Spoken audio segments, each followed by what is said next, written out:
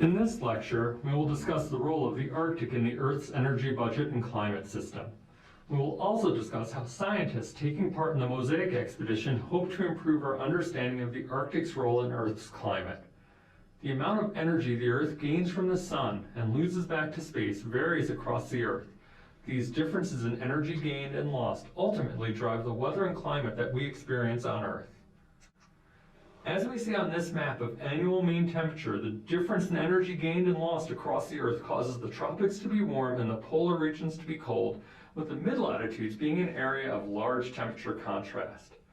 The temperature difference between the poles and the tropics is largest during the winter and smaller during the summer.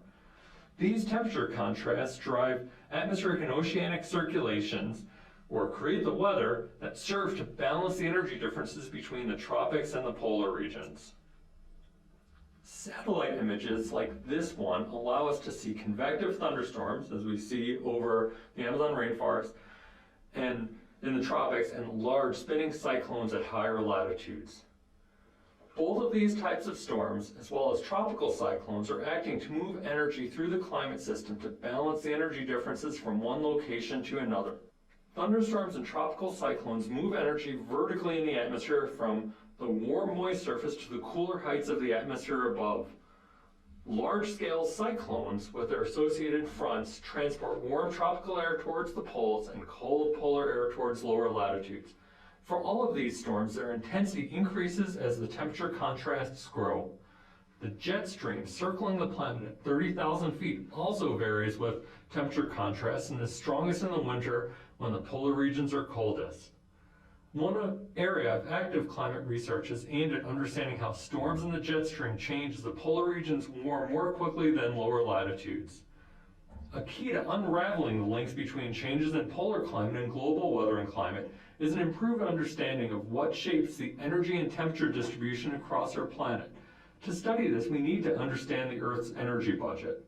Sunlight, or solar radiation, is the ultimate source of energy that drives weather and climate. In the polar regions, the sun never sets in the summer, circling the horizon each day. But the low angle of the sun limits how much warming this never-ending daylight can provide. Even during the Arctic summer, with 24 hours of daylight, temperatures in the Arctic are colder than at lower latitudes. During the long polar winter, the sun remains below the horizon for months at a time and the temperature plummets, while the temperature contrast with lower latitudes increases. In addition to the different day length in the polar regions compared to lower latitudes, the lower angle of the sun means that the polar regions receive less solar energy than lower latitudes. Over the entire planet, the Earth balances the incoming solar radiation by emitting infrared or long-wave radiation back to space. The amount of infrared radiation emitted depends on temperature, the amount of greenhouse gases like carbon dioxide and water vapor, and the presence of clouds. At any given location on the Earth, there is likely not a balance between the incoming solar radiation and the infrared radiation emitted out to space. Here we see a graph showing the incoming and outgoing radiation across the planet, from the North Pole at the left to the South Pole at the right. The yellow line shows the incoming energy and the red line shows the outgoing energy. On average, the tropics and subtropics have more incoming than outgoing radiation, while the higher latitudes lose more energy than they gain, and there's a deficit in these areas. Atmospheric and oceanic circulations help to balance the energy surplus in the tropics and the energy deficit at higher latitudes. As discussed earlier, storms play an important role in helping to balance these areas of energy surplus and deficit. At any location on Earth, energy can move between the atmosphere and surface in the form of solar and infrared radiation, as we've already discussed, or can be transferred by turbulent motions.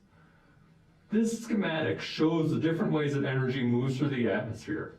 Conduction and convection is a turbulent transfer of energy from warmer to cooler locations. When the ground is heated by incoming sunlight, turbulence transfers this energy to the atmosphere, warming the atmosphere.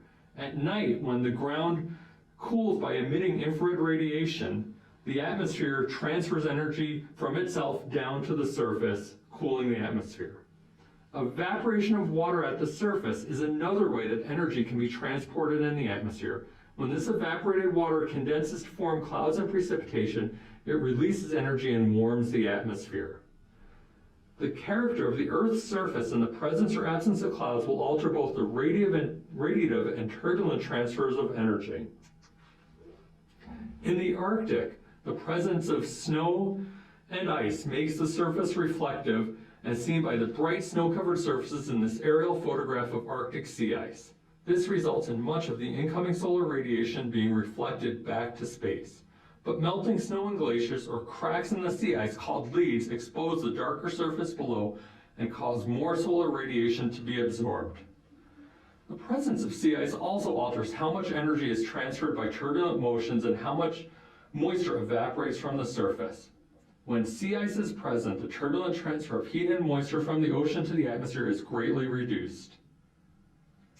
When the ice melts or cracks, large amounts of heat and moisture can be transferred from the ocean to the atmosphere and show up as steam fog rising from the open water. A major focus of the MOSAiC expedition is to understand how changes in sea ice and snow cover alter the movement of energy between the ocean, sea ice, and atmosphere.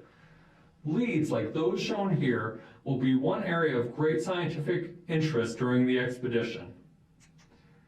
When we look at the Arctic from space, we see clouds spinning over the Arctic Ocean. The details of those clouds, how high they are in the atmosphere, their temperature, whether they're made up of liquid water droplets, ice crystals, or both, impacts how much sunlight they reflect and also how much infrared radiation they absorb and emit.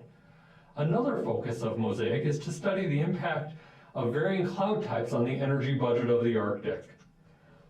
Among the tools scientists will use to study Arctic clouds are radars and lidars housed in shipping containers like the one shown here.